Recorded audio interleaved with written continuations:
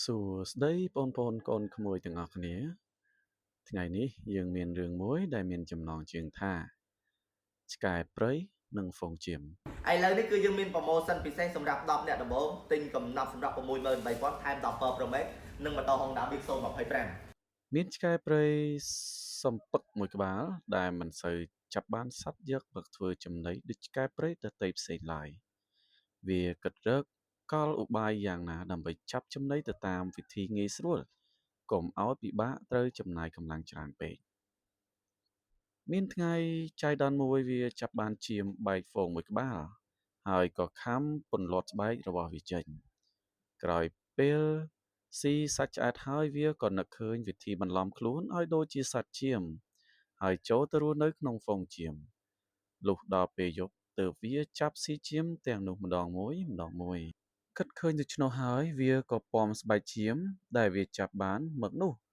យកទៅលាងទឹកឲ្យស្អាតរួចយកមកពាក់លើខ្លួនវាហើយក៏ដើរទៅបន្លំខ្លួនជាមួយហ្វូងចៀមលុះដល់ពេលល្ងាចអ្នកឃ្វាចៀមក៏គៀងចៀមរបស់ខ្លួនបញ្ចូលទៅក្នុងក្រោលដោយមិនបានចាប់ផ្លឹកថានៅក្នុងហ្វូងចៀមនោះ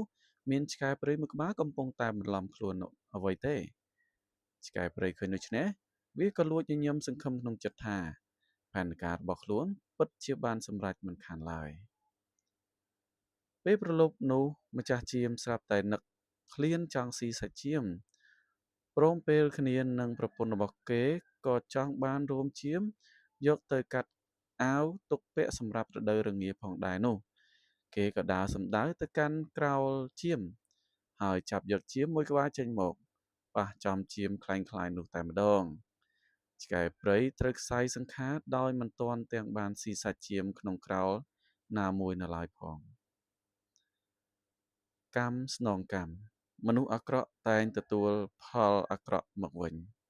Sharing for more